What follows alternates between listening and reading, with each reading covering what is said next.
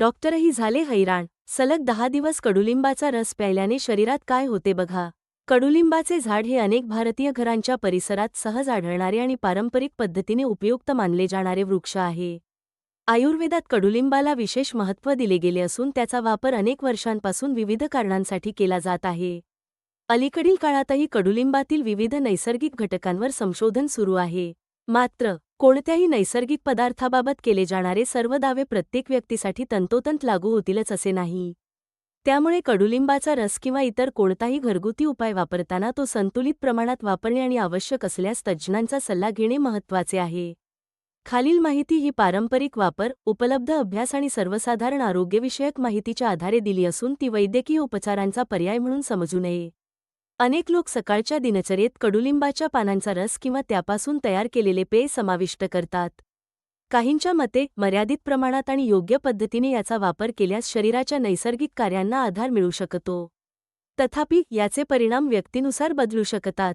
कोणत्याही नैसर्गिक उपायामुळे ठराविक दिवसांत निश्चित परिणाम मिळतील असा निष्कर्ष काढणे योग्य ठरत नाही. शरीराची प्रकृती, आहार, जीवनशैली, झोप, व्यायाम आणि आधीपासून असलेल्या आरोग्यस्थितीचा परिणाम प्रत्येक व्यक्तीवर वेगळा असतो. कडुलिंबाच्या पानांमध्ये विविध जैवसक्रिय घटक आढळतात. पारंपरिक माहितीनुसार हे घटक शरीरातील नैसर्गिक संरक्षण यंत्रणेला सहाय्य करू शकतात. काही अभ्यासांमध्ये सूक्ष्मजंतूंविरुद्ध कार्य करणारे गुणधर्म असल्याचे नमूद करण्यात आले आहे. त्यामुळे अनेक लोक बदलत्या हवामानात किंवा ऋतू बदलाच्या काळात मर्यादित प्रमाणात कडुलिंबाचा वापर करतात. मात्र यामुळे संसर्गजन्य आजार पूर्णपणे टळतात किंवा उपचार होतात असा दावा वैज्ञानिकदृष्ट्या निश्चित मानला जात नाही. त्वचेच्या आरोग्याच्या दृष्टीनेही कडुलिंबाचा उल्लेख अनेक पारंपरिक उपचार पद्धतींमध्ये आढळतो. संतुलित आहार, पुरेसे पाणी, नियमित झोप आणि योग्य त्वचा स्वच्छता यांसोबत काही लोक कडुलिंबाचा वापर करतात. त्यामुळे त्वचेच्या नैसर्गिक आरोग्यास मदत होऊ शकते असे मानले जाते. मात्र चेहऱ्यावरील मुरूम, डाग किंवा इतर त्वचारोग पूर्णपणे नाहीसे होतात असे निश्चितपणे सांगता येत नाही. त्वचेची गंभीर समस्या असल्यास त्वचारोगतज्ज्ञांचा सल्ला घेणे आवश्यक आहे. पचनसंस्थेच्या संदर्भातही कडुलिंबाचा उल्लेख केला जातो. काही लोकांच्या अनुभवांनुसार मर्यादित प्रमाणातील कडुलिंबाचा रस संतुलित आहारासोबत घेतल्यास पचनक्रियेला आधार मिळू शकतो. तथापि अपचन, आम्लपित्त, बद्धकोष्ठता किंवा पोटाचे इतर विकार असल्यास त्यामागील मूळ कारण शोधणे अधिक महत्त्वाचे असते. अशा परिस्थितीत केवळ घरगुती उपायांवर अवलंबून राहण्याऐवजी वैद्यकीय सल्ला घेणे योग्य ठरते. रक्तातील साखरेबाबतही कडुलिंबावर काही संशोधन झाले आहे. काही प्राथमिक अभ्यासांमध्ये त्याचे काही संभाव्य परिणाम नमूद करण्यात आले असले तरी ते सर्वांसाठी समान असतीलच असे नाही. मधुमेह असलेल्या व्यक्तींनी स्वतःहून औषधे बंद करणे, औषधांचे प्रमाण बदलणे किंवा केवळ कडुलिंबाच्या आधारे साखर नियंत्रणात राहील अशी अपेक्षा ठेवणे सुरक्षित नाही. नियमित तपासणी, डॉक्टरांनी दिलेली औषधे, योग्य आहार आणि व्यायाम यांनाच प्राधान्य द्यावे.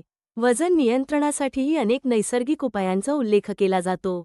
कडुलिंबाचा रस हा संतुलित जीवनशैलीचा एक भाग असू शकतो, परंतु तो एकट्याने वजन कमी करतो असे म्हणणे योग्य नाही.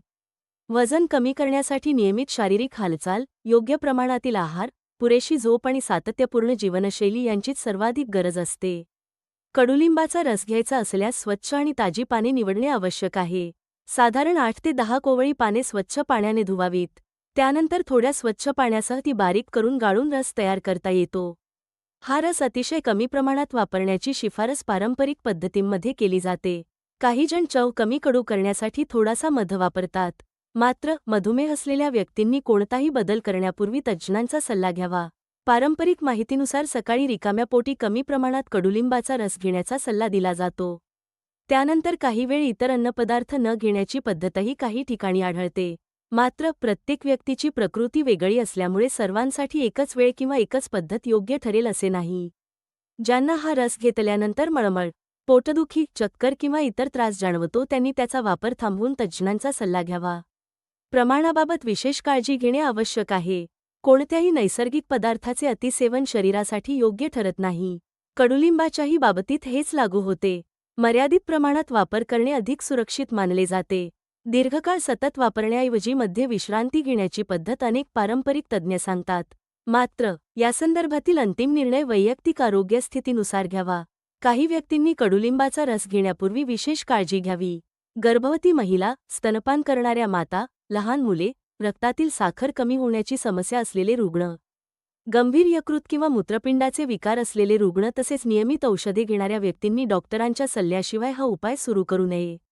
काही औषधांसोबत नैसर्गिक पदार्थांची परस्परक्रिया होऊ शकते, त्यामुळे वैद्यकीय मार्गदर्शन महत्त्वाचे ठरते.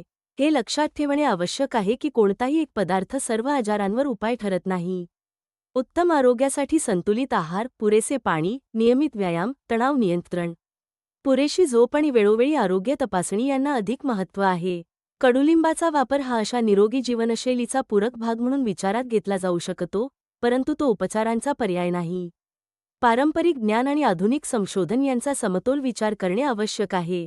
कोणतीही माहिती वाचल्यानंतर ती प्रत्येकासाठी सारखीच उपयुक्त असेल असा निष्कर्ष काढू नये. आरोग्याशी संबंधित निर्णय घेताना विश्वासार्ह वैद्यकीय सल्ला घेणे नेहमीच हितावह असते. नैसर्गिक उपायांचा वापर करताना संयम, योग्य प्रमाण आणि वैयक्तिक आरोग्य स्थिती यांचा विचार केल्यास अधिक सुरक्षित पद्धतीने त्यांचा लाभ घेता येऊ शकतो. त्यामुळे कडुलिंबाचा रस वापरण्याचा विचार करत असाल तर तो मर्यादित प्रमाणात, स्वच्छतेची काळजी घेऊन आणि आवश्यक असल्यास तज्ज्ञांच्या मार्गदर्शनाखालीच वापरणे अधिक योग्य ठरेल.